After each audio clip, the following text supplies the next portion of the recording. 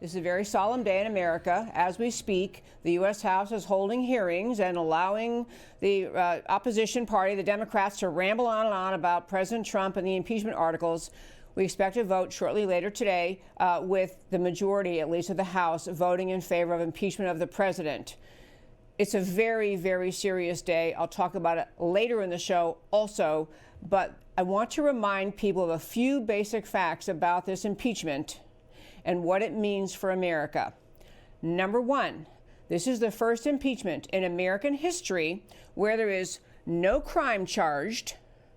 There is completely partisan. There's not one member of the president's party supporting it. We have literally no crime alleged. We had advocacy for this impeachment prior to the president being sworn in, before any of the events that allegedly are the basis of the impeachment even occurred. We have hearings led by Adam Schiff, who secretly met with the alleged whistleblower behind the scene and helped kick off the whole event, intricately involved in this impeachment effort. And we have these driven by the outcome of this impeachment so far has been improving the president's impeachment numbers, approval numbers, getting around to the point that this impeachment is 100% a political partisan attack. The two articles of impeachment, to keep this in mind, we'll talk about more about this later in the show, but the two articles of impeachment, the first is abuse of power.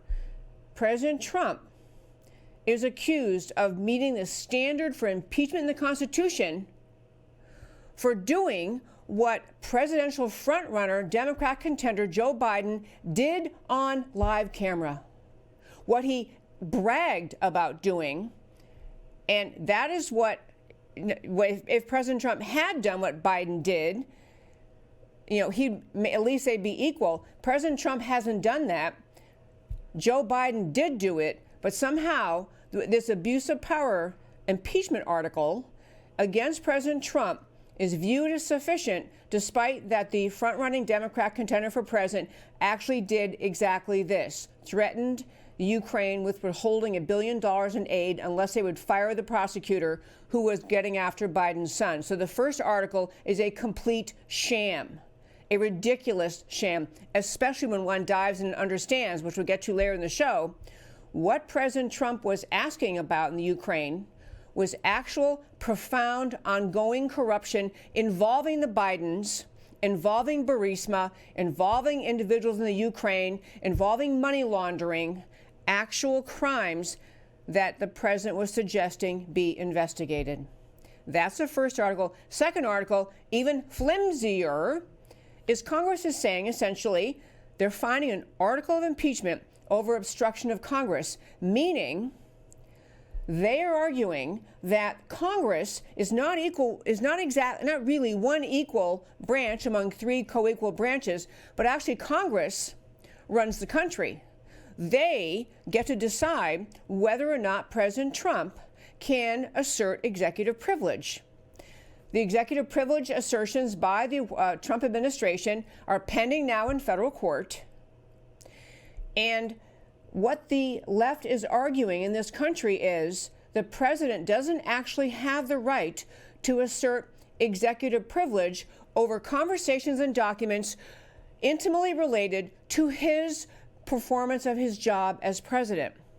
Congress is saying they're above the presidency, they're above the executive branch, they decide what President Trump must produce to them, and he has no right to assert executive privilege.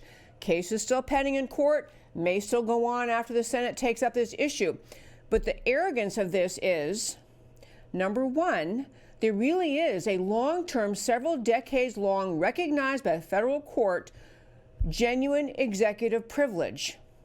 Just today, or yesterday, I guess, the Department of Justice issued a number of documents confirming, verifying that the Office of Legal Counsel inside the Department of Justice has made clear, has spelled out that the executive privilege exists, that a president is entitled to protect his conversations with his associates, with his high-level affiliates, and some of the documents they produce, because otherwise you can't function as a president. You can't function as the leader of our country if everything you say and do as you discuss various policy options and various issues with your high-ranking associates and colleagues can be scrutinized by another branch of government. You can't do your job. So the 2 articles of impeachment are truly a complete sham. This is not a Republican versus Democrat issue. This is not a conservative versus liberal issue. This is an issue of whether or not in our country we're going to take seriously the duty, the obligation of the members of Congress to actually follow the Constitution and actually apply the provisions permitting them to bring articles of impeachment in a lawful, rational, sane manner. And I got to tell you, folks, in closing out the first 5 today, I will say I think that the country has greatly benefited at this time by the existence of social media and of Twitter. Now, I know some people hate Twitter. One of the things people say is, shouldn't have Twitter, people should stop using it, and then the president shouldn't use it.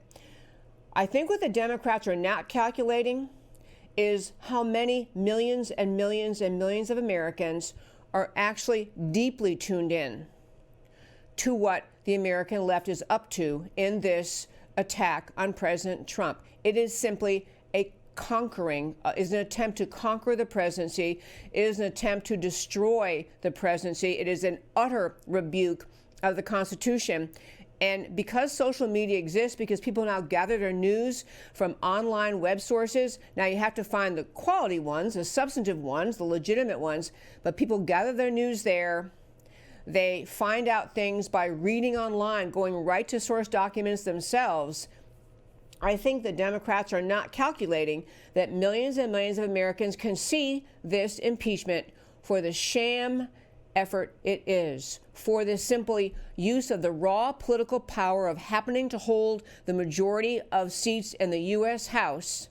The radical left in this country is trying to take down a president who has done, once he's been in office, exactly what he promised he would do.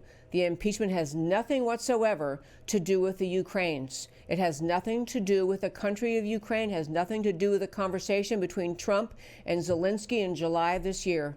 The impeachment is 100% about the leftist determination to seize power, the fact that they're livid that their designated successor, Hillary Clinton, didn't win, and they're livid that President Trump is actually pursuing the drain the swamp agenda he promised to the American people.